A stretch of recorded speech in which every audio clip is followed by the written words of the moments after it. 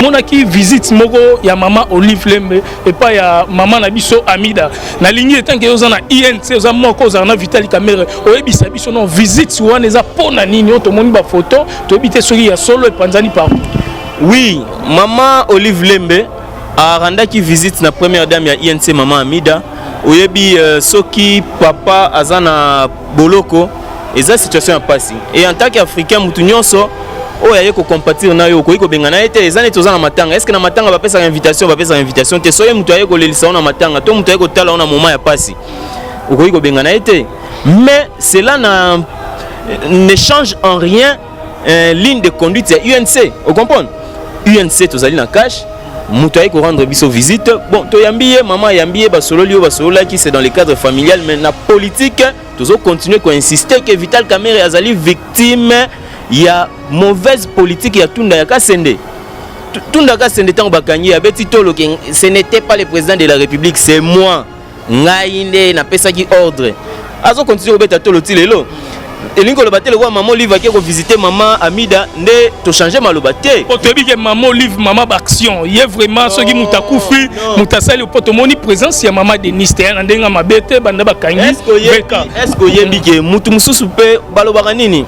Ndoki azaka mutu liboso pa yaka na matanga na biteke maman Olive azandoki mais ndoki ezape mutu liboso ayaka pe na matanga donc ko bateke mutu nyonso yako lelisa yo mutu nyonso yako visiter autant mobile no azana prison de alingi yo donc tozo continuer ko insister que Vital Kamerhe azali victime ya ba politicien dossier ya Vital Kamerhe c'est un dossier non seulement judiciaire mais azali pe politique. Maître Joël Massa saison betama donc grave. État de droit au cash qui ko instaurer ça au teba Tunda Yakasende ba betela tolo ke ngane na pesa ki mot d'ordre bakanga. Vous comprenez? Donc tous ces le président de la République avec tous les respects mais excellence Fachi on s'impliquer en tant que magistrat suprême à Watoki un appel pour que le vrai droit yangondez à la prononcer. Na yebisa ki l'autre fois. Bakangi Vital Kamerhe après 4 audiences ba condamné.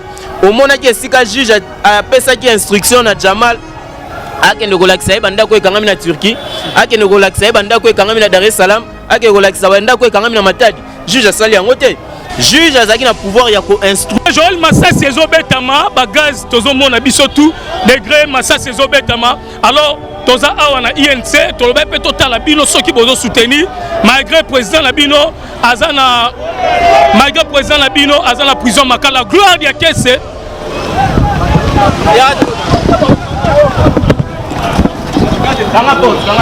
Olanda biso na bagaz na maya moto somo tosimbi eloko ya mutu te marche eza pacifique tosimbi eloko te tozokima biso bamama mama banda na yo mbangu kima na yo kima no po eza koyinda awa mama mukolo donc somo okima te mezo tobanga eloko te toboyi Rosar Malonda toza bato na bango eloko te. Oui merci Elenge Congo TV Martin Engi double vitesse physique.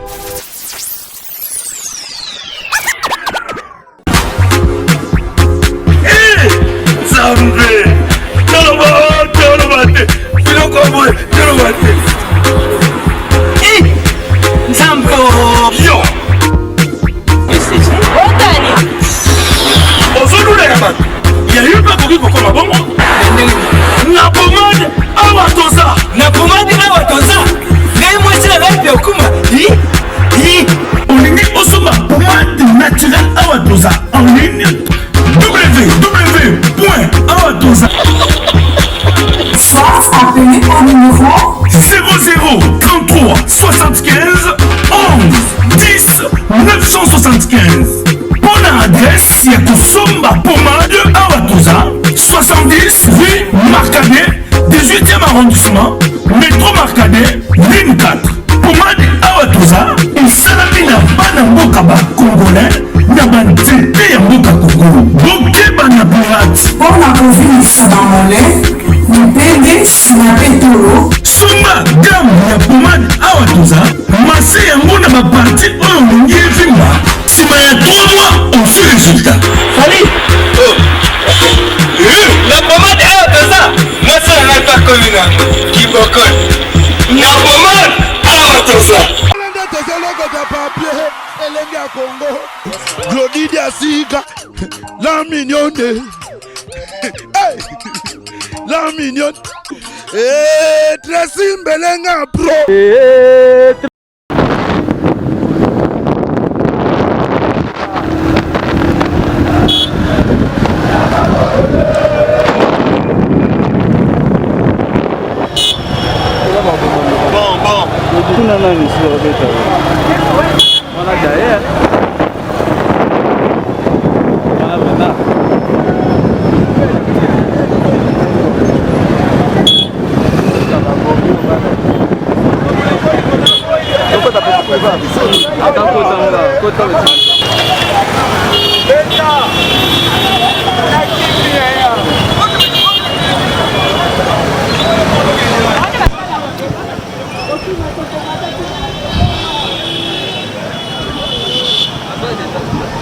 Alors, mesdames et messieurs, voilà et indi makasi awa na palais du peuple na triomphal.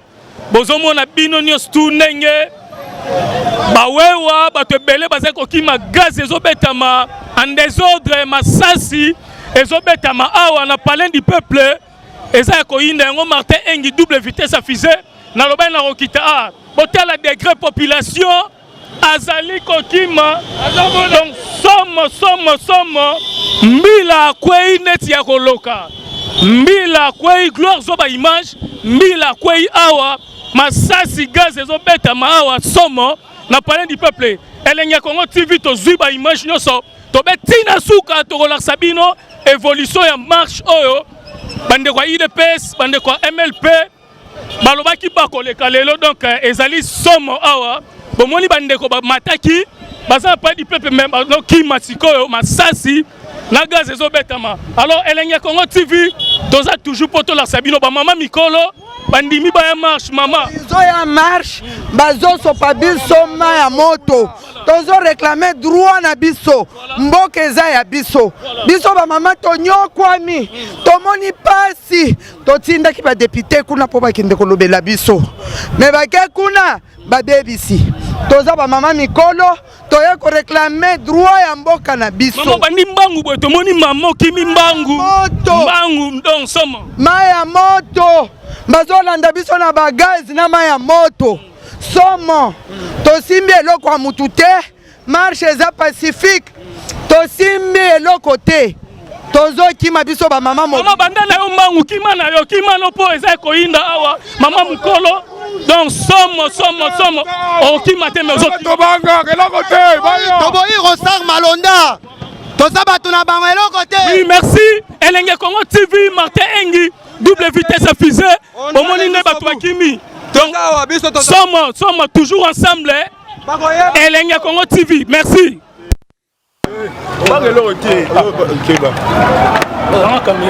Et awa tolandela constitution ya mboka mboka ezotambola malamu te dollar emati biloko emati donc ata na bible yango ezalaka mpenza bongo bible ezala vraiment bongo tokendana na bajeune jeune ezosimba te. Mais marche à l'élo, tout le monde gouverneur a boya qui mais bino pour accepter pour ça la marche à l'élo mais toi on a triomphal na palais du peuple tout le monde opena ba mateka ne longeza nini bon ba policier ba tombo ki mabekuna bazana na ba gaz bazo boka pona ba panza population biso to boyi biloko wana to ki meloko moko te toza ba combattant to kende kuna to bebisa eloko moko ya mutu te marche na pe ko sila pe sikoyo pe te to ko tambola lelo na ba boutique na bandaku to ta eloko nini ezolekana ezalaka boye te quand même okana suki yango wana. Alors merci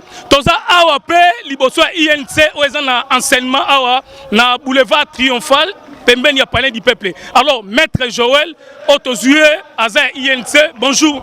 Bonjour mon amboka. Alors lelo toza awa batu baza tellement ebele na triomphal na palais du peuple pour la marche ya lelo pour na kolongola ndeko mwana mboka Rosa Malonda message etant que yo ozali pe moko INC est-ce que vous soutenez pe marche oyo oyebi mwana mboka tozali na état de droit elingi koloba mboka oyo esika wapi ba respectaka mibeko o comprendre donc na mboka nyonso mibeko existaka Mais au-delà de Mibeko, Tobo Sanate que le peuple a aussi son mot à dire.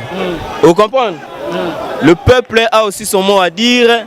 Donc, Oyo Bandeko Bazali ko exprimer les lots malgré état d'urgence au Mokonzamboka décrété qui Batu Bazali ko manifester aspiration na bango. Donc en démocratie, Batu Bazali libre ya koloba que tolingi ronsa malonda to tolingi été. Donc Bandeko ba exprimer point de vue na bango. Donc mutakoki ko empêcher bango ba exprimer point de vue na bango azalité. Donc les expression démocratique. Donc Ronsard Malonda c'est vrai, azali émanation de la société civile mais peuple soka lobby que yete yorobo yandengeni. Donc peuple azali ko exprimer point de vue naie. Donc tokoki ko empêcher batu ba lobaté pendant que tozali na démocratie. Donc voilà un peu tout ce que nous pouvons dire, mais le plus important les lots il faut ezala que tous à la conscience, il y a une situation qui est traversée. Le lot dollar est commis à taux, il y a 2000 pour $1. Donc, situation sociale, il y a peuple qui est malamouté. Donc, tu as une autorité en Boka, tu as une population au lieu de s'éterniser, de accompagner plutôt l'institution en Boka pour que transformer les conditions sociales de la population. Il y a des priorités. Le président Fachi va voter qui est pour qu'il aille répondre à l'attente, à l'aspiration du peuple. Mais ce qui est là, ils allaient au marché, ce qui est là, ils allaient au marché, ils allaient parce que la force négative, ils allaient tirer action, il y a le président de la République vers les bas, et non, il s'est manifesté. Il y a un honorable Vital Kamerhe en prison à l'Obaki. Ce n'est pas moi qui suis attaqué, c'est le chef de l'État. Vous comprenez? Maloba est d'actualité. Badongolomisu, ennemi à peuple. Et là, quand on dérange, ils ont succès au cash ayena yango. Vous comprenez? Biso cash tant que tu es dans pouvoir. Et là, quand ils sont intéressés, comment tu es sa peuple gratuité et enseignement. Vous comprenez? Ils ont dit comment tu améliorer conditions de vie, conditions de travail, il y a militaires, il y a policiers. C'est ce qui nous a intéressés. Mais les ennemis du peuple, Ndenge honorable Vital Kamerhe Lobaki, bazali contre la réalisation du président de la République. Et on va continuer à tirer bâton dans les roues pour que l'action à Mokonzambo se ralentir. Auto vivre les lots, ezali expression démocratique, bandeko ba s'exprimer démocratiquement, ba faire entendre point de vue na bango. Donc en démocratie, to ko peksa batu ba lobate. Alors maître Joël, toka tayote pour les lots, ezali marche, ezali déjà préparé. Batu bande ko na biso ya IDPS trop to moni bango ya MLC to moni pe bande ko belé o basangani banda boulevard Lumumba ti na Triomphal A. Oui. Mais o biso ka to kamwe pe to moni comment ba ko buka ba parti politique ndeti ba place ya siège ya PPRD na 6e ri ba ko ici ba buki et puis na o eza awa na Saint-Louis. O moni biso to zali ba partisan non violence. O comprendre to ko iko soutenir violence té oyo est commis mais to so condamner yango. Mais seulement ceux qui te commis en a ça qui peut marche quand même mais boyo quitter bo sali yango mais bo buki na zali goya ceux qui batu ba commis na niveau en ezali par rapport ya irresponsabilité ya ba politicien. Vous comprenez? Irresponsabilité ya ba politicien ne commis ça batu na niveau oyo. Mais donc biso to koki ko soutenir violence té to zali ko condamner yango mais je ne pense pas que batu o ba bimi na nzela ba bimaki na intention ya ko buka. Bato babimi na nzela, je ne pense pas que babimaki na intention ya kobuka, mais o ekomi tozo condamner violence mais Maître Joël Massa Sezo Betama, ba gaz tozo mona biso tout degré Massa Sezo Betama. Alors toza awa na INC, to lobe pe total la bino soki bozo soutenir malgré président la bino azana prison makala gloire ya kese.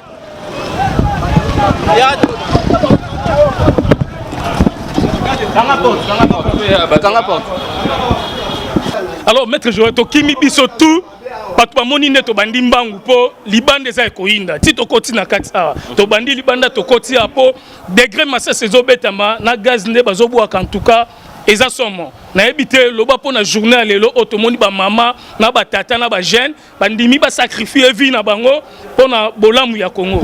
Oui, ndenge nazali koloba po batu bakoma na niveau oyo ezalaka suite ya irresponsabilité ya ba politiciens. Vous comprenez? Donc malgré la disperser marche, mais marche et salami et réussir au peuple congolais à faire entendre voix naïe. Donc, vous ne pouvez pas empêcher en démocratie Batouba s'exprimer. Malgré ndenge na évoquaki likambo ya distanciation sociale ba mesure barrière au président de la République a décrété mais au salami déjà, donc le peuple a fait entendre sa voix, donc que les politiques se ravisent mutu na mutu attirer au ezali ya malamu kati ne loko yo pour que lobby ba situation ya boye et komaté. Donc voilà un peu le retour koloba jusque là. Alors na kota pekara na makambo na po biso tout toyebi ke Vital Kamerhe aza na prison makala peut-être na makambo beaucoup ka pe ko soutenir te bande ko IDPS mais bolobi boza toujours ensemble pour toyebi ke PPRD lobaki ceux qui marche salami lelo yepe lobby à raison sa revanche pour to moni déjà ba buki à part ça to monaki visite moko ya maman Olive Lembe et pas ya maman na biso Amida na ligne tant que oza na INC oza moko oza na Vital Kamerhe oyebi sa biso non visite wana eza na nini to moni ba photo to ebité soki ya solo et panzani partout.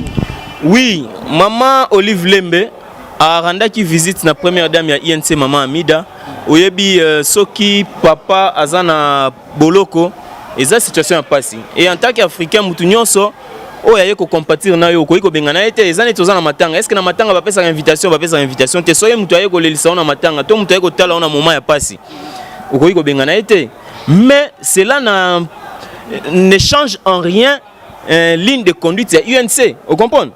UNC tozali na cash, mutuaye ko rendre biso visite. Bon, to yambiye maman yambiye ba solo qui c'est dans le cadre familial mais na politique, tozo continuer ko insister que Vital Kamerhe azali victime ya mauvaise politique ya Tunda ya Kasende.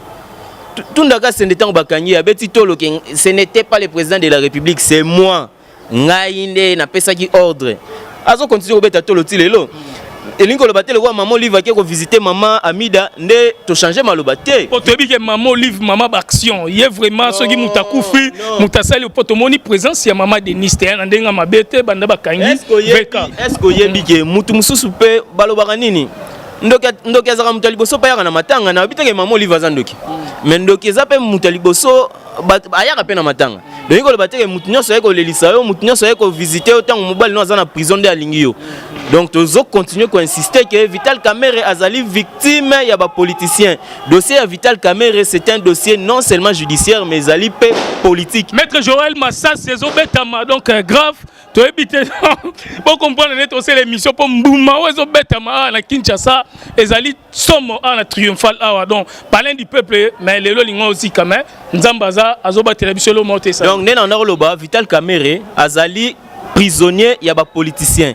Yango na émission le cas qui na ebisaki que tozo senga na président de la République son excellence Fachi o azali le magistrat suprême a s'impliquer na dossier ya honorable Vital Kamerhe pour arrêter instrumentalisation ya justice état de droit au biso to bundela ki état de droit au cash ayaki ko instaurer za o te ba Tunda ya Kasende ba obetela tolo ke ngane na pesa ki mot d'ordre bakanga. Vous comprenez? Donc, tous ceux qui président de la République, avec tous les respects, Excellence Fachi, ont s'impliqué en tant que magistrat suprême à Watoké, un appel pour que le vrai droit, il y a un des à la prononcer. N'a pas dit l'autre fois. Bakangi Vital Kamerhe, après 4 audiences, va condamner. Au moment où le juge a fait instruction à Jamal, ake ndoko lakisa banda ko ekangami na Turquie, ake ndoko lakisa banda ko ekangami na Dar es Salaam, ake ko lakisa banda ko ekangami na Matadi. Juge asali yango te. Juge azaki na pouvoir ya ko instruire. Comprendre? Jamal obzwaki mbongo l'état financer ba descente to kene na Turquie to mona Jamal andima kene azo 57. Ba tu pe ba lobayi mo pe ba okita ba buka awa ndeto yo kina ba limete kuna ba bi INCP awa ne ba buki PPRD ba buki nini a pe ba rosimba ngo. Ko ebisa libanda.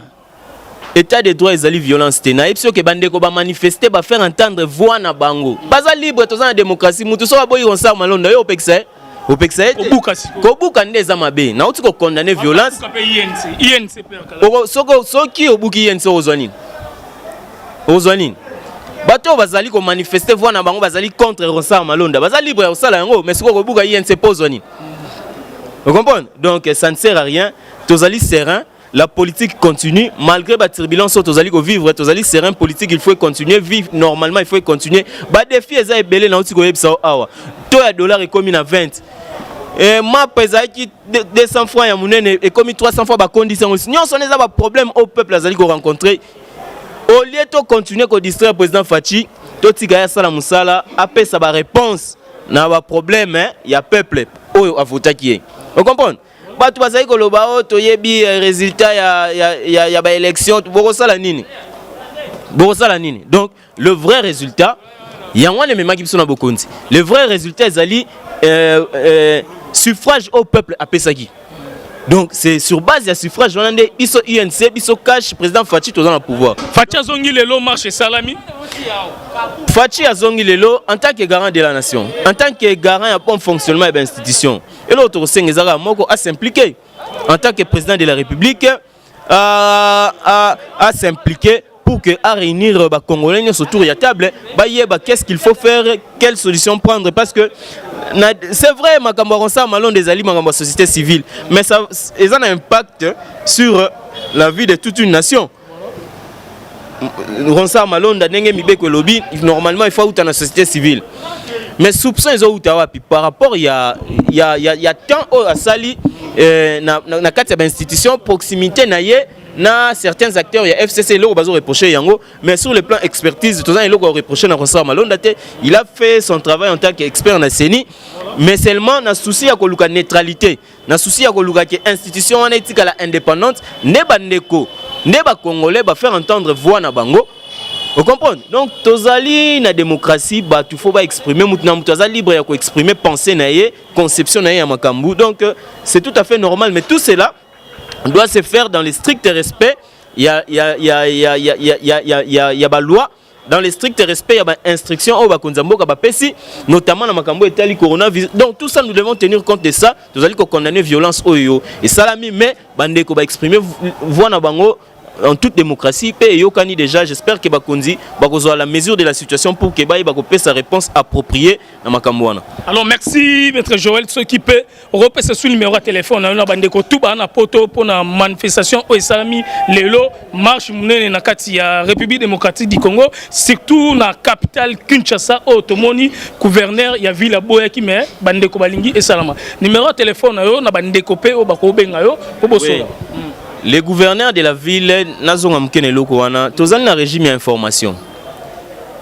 Donc azana pouvoir ya ko interdire te mais ceux qui attali que ba condition et zali réunité pour que batu basa la marche, il peut s'exprimer mais tozana na régime il y a information tout simplement batu bazali ba pesi information et ceux qui va respecter mobeko ba respecter ba mesures barrières au mokonzambo a édicta qui le gouverneur et sa police et ville bakoyaka ko encadrer bakoya ko disperser batuté na ba gaz na tozoyoka ba tir à balles réelles. Donc nous sommes les ba dérapage. Nous sommes les ba dérapage, il faut qu'on condamner mais l'essentiel les ali bandeko ba faire entendre voix na bango. Voilà. Numéro de téléphone les ali plus 243 81 82 30 516. Alors merci Elenga Congo TV, maître Joël Tozui et INC pour tout le monde appelle intervention ndenge akoki koloba pour la marche oyo donc libanda na ngai masa sezo beta makasi gaz ezo betama donc to kimi toza awa na gloire ya kese malgré gloire azolela lela zo banga donc toza ne awa pro gloire zo banga fort mais musala kitoko merci na gloire ya kese to landa ba image msusu Elenga Congo, Glody Asika, la mignonne, la mignonne, Tracy Belenga Pro.